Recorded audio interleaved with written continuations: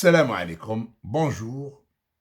Je ne dirais pas Azzoul parce que exprimer son amazirité ne s'exprime pas à travers Azzoul, comme le suggèrent beaucoup, plutôt beaucoup, certains. Me disent pourquoi tu ne parles pas Amaz, je ne dis pas Azzoul. L'amazirité, je la défends plus que ceux qui la parlent. Et ce n'est pas par un Azzoul qu'on exprime son attachement à son identité. Ça, c'est de la démagogie et de l'hypocrisie, et ce n'est pas aujourd'hui que je vais me mettre à jouer au démagogue ou à l'hypocrite. Voilà. Donc, bonjour tout court, ou bonsoir, tout dépend de l'heure à laquelle vous me suivez.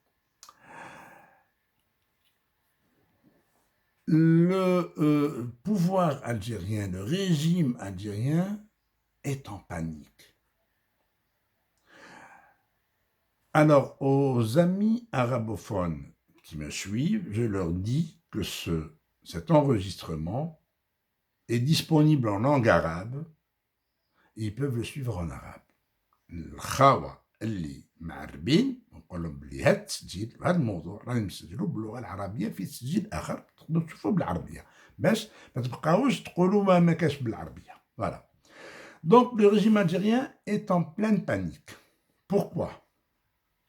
Ce régime qui a essayé de récupérer le Hirak en incorporant deux phrases dans la Constitution pour considérer la date du 22 février, date du déclenchement de la contestation populaire pacifique, comme étant une date historique, la mettant au même niveau que celle du 1er novembre 1954, ce n'est pas de cette manière qu'on arrive à corrompre le peuple ou à le convaincre ou à le duper.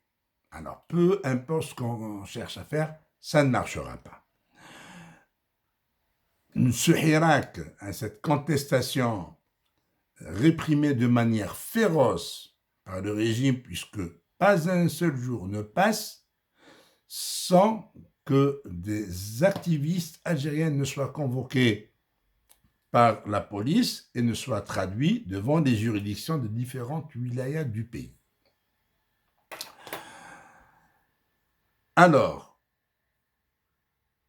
cette répression qui s'est abattue sur le peuple algérien pour empêcher le retour du Hirak après la pandémie, quoi qu'on est encore dedans, pleine pandémie, mais maintenant, bon, il n'y a plus de confinement, on peut sortir, on peut se rassembler, eh bien, le régime algérien a échoué parce qu'il y a une importante diaspora à l'étranger.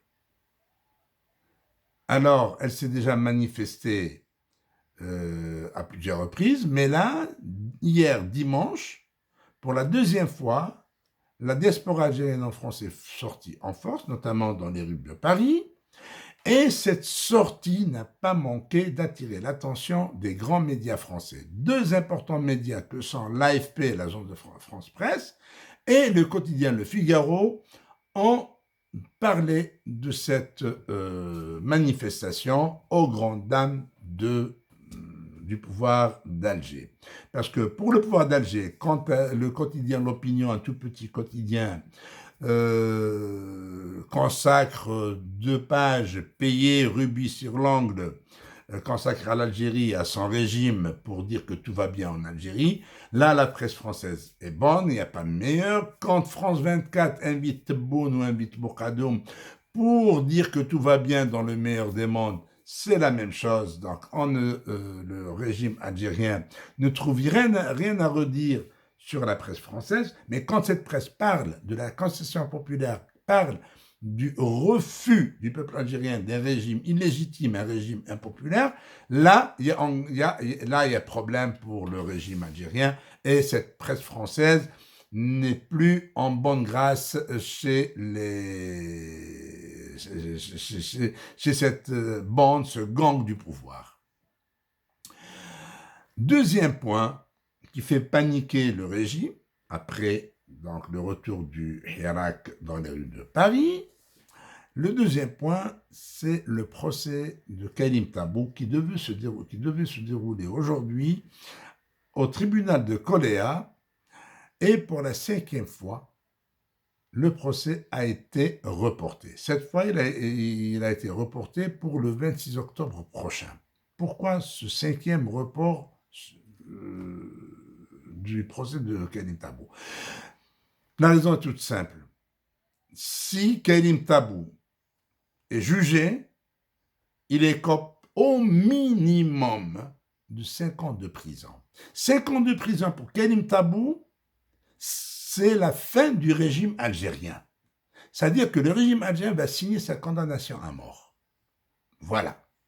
Pourquoi il signe sa condamnation à mort? Parce que là, la communauté internationale ne va pas se taire. Il ne faut pas oublier que Khalim Tabou est sorti de prison le 2 juillet sous pression du Conseil des droits de l'homme de l'ONU. Le régime algérien ne peut obtempérer et ne peut baisser la tête que devant les instances internationales, devant la communauté internationale. C'est pour cette raison que la communauté internationale est interpellée plus que jamais, aujourd'hui plus que jamais, pour dénoncer ce régime répressif, ce régime impopulaire, ce régime dictatorial et totalitaire. Khalim Tabou est donc toujours en liberté provisoire. On ne sait plus s'il faut le juger ou pas. On n'a pas le courage de dire on s'est trompé et on présente ses excuses, parce que ça, reconnaître ses torts, il faut être intelligent d'abord, et puis il faut être quelqu'un de ce qu'on appelle en algérien être un homme. Il faut être un homme. Voilà. Le régime algérien est encore en panique après avoir soumis le projet d'amendement de la Constitution et l'a soumis pour approbation. D'ailleurs, elle a été approuvée, il a été adopté par les deux chambres, par l'Assemblée nationale et le Conseil de la Nation. Un parlement croupiant, un parlement connu pour être une chambre d'enregistrement, et pire encore, c'est un parlement qui symbolise la corruption et la dépravation, la déliquescence de l'État algérien. Voilà l'erreur du gang au pouvoir, et qui se demande pourquoi a-t-il soumis ce projet d'amendement à ces deux assemblées impopulaires et illégitimes, et depuis leur élection d'ailleurs, ces deux assemblées, l'Assemblée nationale notamment, n'a pas été élue déjà plus de 52% selon le taux officiel. Hein, ça, c'est des chiffres officiels du régime. Plus de 52% des Algériens n'ont pas voté. Or, en réalité, il y a plus que ça. Le taux de participation ne dépassait pas les 20 à 25% dans le meilleur des cas. Le comble pour ce régime, non seulement il passe son projet d'amendement devant une assemblée croupion, mais c'est qu'il se tire une balle dans la tête, mais dans le pied, pas encore dans la tête, en choisissant la date du 1er novembre pour le déroulement du référendum.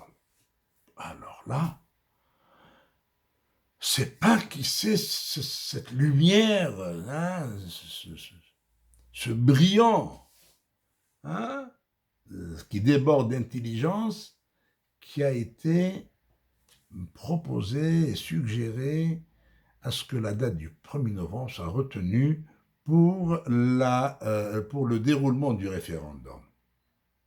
Eh bien, le 1er novembre, là, les Algériens sortiront en masse, non pas pour voter, mais pour dénoncer la mascarade qui va avoir lieu et rejeter en masse cette pseudo-constitution. Les Algériens n'ont pas besoin de constitution. Les Algériens ont besoin d'un régime politique civil où le militaire n'a aucun rôle à jouer et un régime démocratique duquel le pouvoir judiciaire est complètement détaché et qui n'obéit nullement aux injonctions téléphoniques. Le peuple algérien a besoin d'un régime où les pouvoirs sont séparés. Le peuple algérien a besoin de dirigeants élus démocratiquement et non pas de voyous qui viennent s'imposer et imposer leur volonté, et il n'a pas besoin de soulards, de vieux schnocks et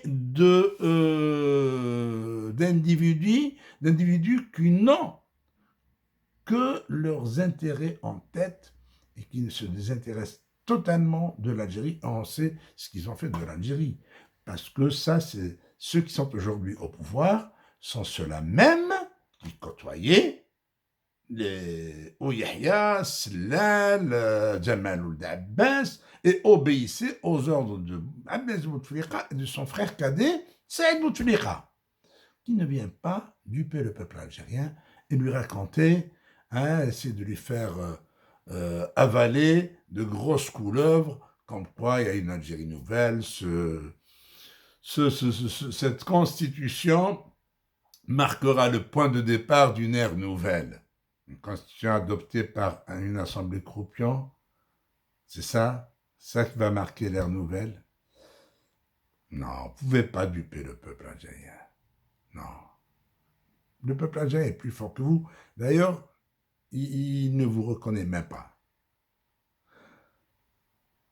Espérons en des jours meilleurs. Espérons que ce gang du pouvoir finira par se rendre à l'évidence et tirer sa révérence. Au revoir.